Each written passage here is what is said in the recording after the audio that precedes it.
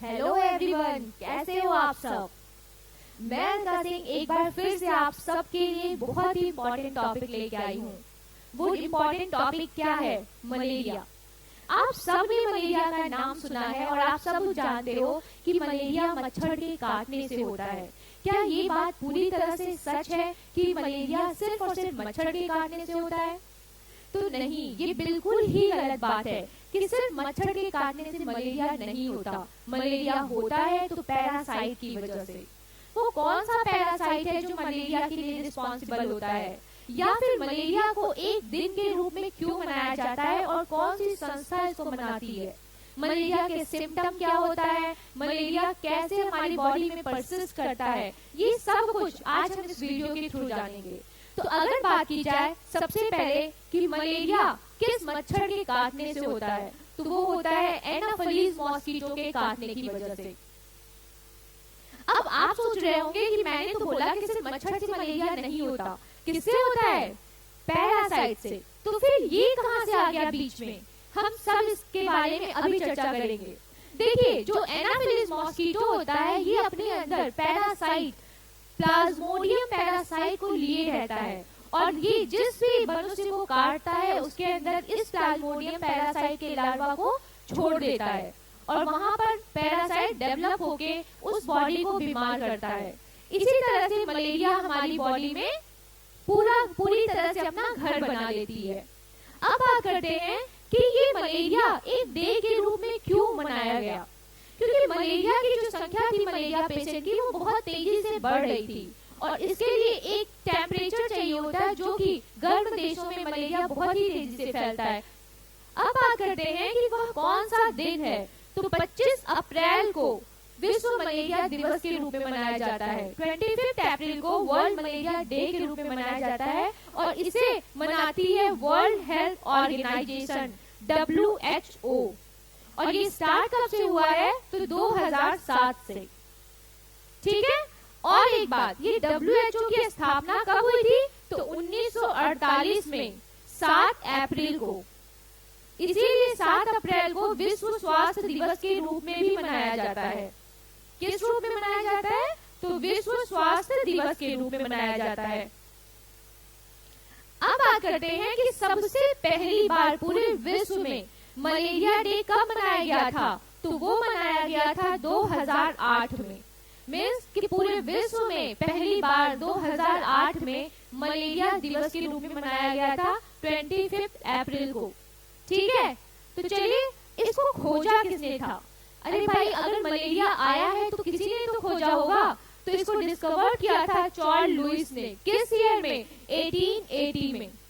1880 में वो कुछ मलेरिया पेशेंट के ब्लड को टेस्ट किया और उन्होंने पाया कि इसमें एक पैरासाइट है जो कि मलेरिया को क्या कर रहा है? जनरेट कर रहा है। फिर उसके बाद आते हैं आपके सर रोनाल्ड रॉस इन 1897 में।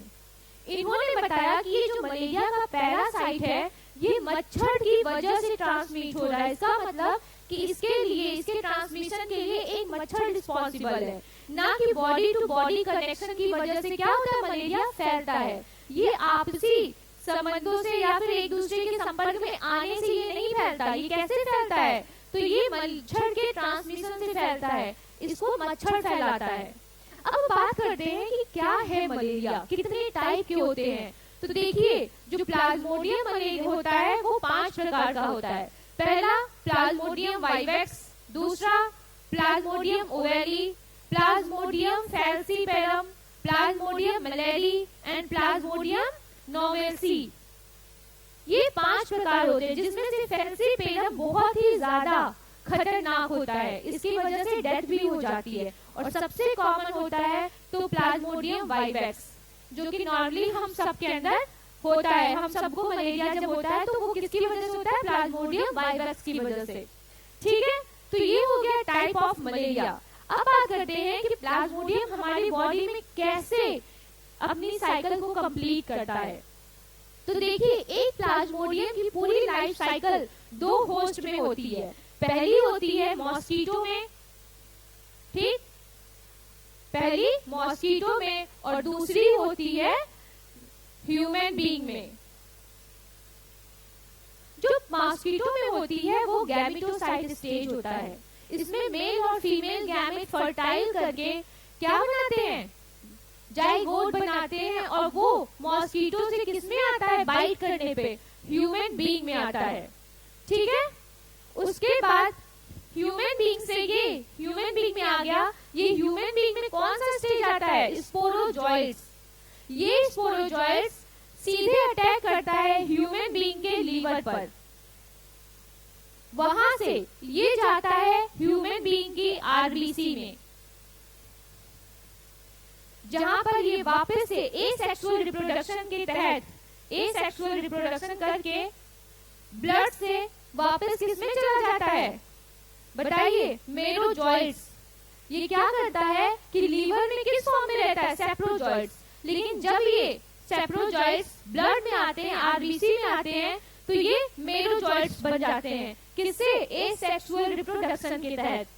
फिर ये मेरोजॉइट्स ब्लड में फ्लो करते हैं, और फिर जब मच्छर आपको काटता है तो ये वापस से कहाँ चले जाते हैं, मच्छर के अंदर, जहां पर ये डेवलप्ड होके गैमेटोसाइट्स बनाते हैं, मेल और फीमेल गैमेटोसाइट्स, जो वापस फ्यूज करके मॉस्किटो में गैमेटोसाइट्स के द्वारा वापस से कहाँ जाता है, मनुष्य की शरीर में।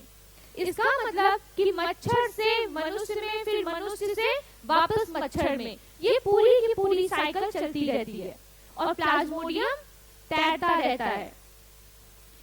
अगर पूछा जाए कि गैमेटोसाइट्स किस होस्ट की बॉडी में परसिस्ट करता है, तो वो मॉस्किटो। और अगर बात की जाए कि सेप्रोजॉइट्स और मेरोजॉइट्स किस होस्ट की बॉडी में होता है, तो ये ह्यूमन की बॉडी में होता है, जिसमें कि सेप्रोजॉइट्स लीवर में होता है और मेरोजॉइट्स आपका आरबीसी में। ठीक है, अब सिम्टम्स क्या होते हैं, या इसमें कौन सा टेस्ट किया जाता है, तो मलेरिया में 2 टेस्ट किए जाते हैं। एक होता है ब्लड सीमर टेस्ट और रैपिड डायग्नोस्टिक टेस्ट। दूसरा, पहला ब्लड सीमर और दूसरा रैपिड डायग्नोस्टिक। इन दोनों में ब्लड सैंपल लेके किया जाता है। एक 15 मिनट से 20 मिनट में होता है, और एक लॉन्ग टर्म होता है कि 24 घंटे लगते हैं उस टेस्ट में। ठीक है, आपके सिम्टम के ऊपर डिपेंड करता है कि डॉक्टर कौन सा टेस्ट आपको प्रेफर कर रहा है। अब सिम्टम की बात की जाए तो देखिए, सबसे पहला जो सिम्टम होता है, फीवर आना, ठंड का लगना, सर में बहुत तेजी से दर्द होना, बॉडी पेन होना, मिचली आना, उल्टी फील होना, ये सब क्या होते हैं, मलेरिया के सिम्टम होते हैं। अब बात की जाए कि क्या मलेरिया क्योरेबल है, इसका ट्रीटमेंट भी हो सकता है, तो बिल्कुल। मैक्सिमम मलेरिया की 14 दिन तक दवा चलती है, लेकिन अगर ज्यादा सीरियस है तो वो बढ़ाई भी जा सकती है। मलेरिया में कुछ कॉमन ड्रग्स होते हैं जो कि दिए जाते हैं, वो क्या है, क्लोरोक्वीन फॉस्फेट, फिर ACTS, जिसको कि आर्टेमिसिनिन बेस्ड कॉम्बिनेशन थेरेपीज भी कहते हैं, और तीसरा है मेलेरॉन। ये 3 कॉमन दवा है जो मलेरिया पेशेंट को दिया जाता है। ठीक है, तो ये आज की पूरी जानकारी आपको कैसी लगी, आप कमेंट सेक्शन में लिख के बता सकते हो। ऐसी नई जानकारियों के लिए मेरे साथ जुड़े रहिए। Thank you so much.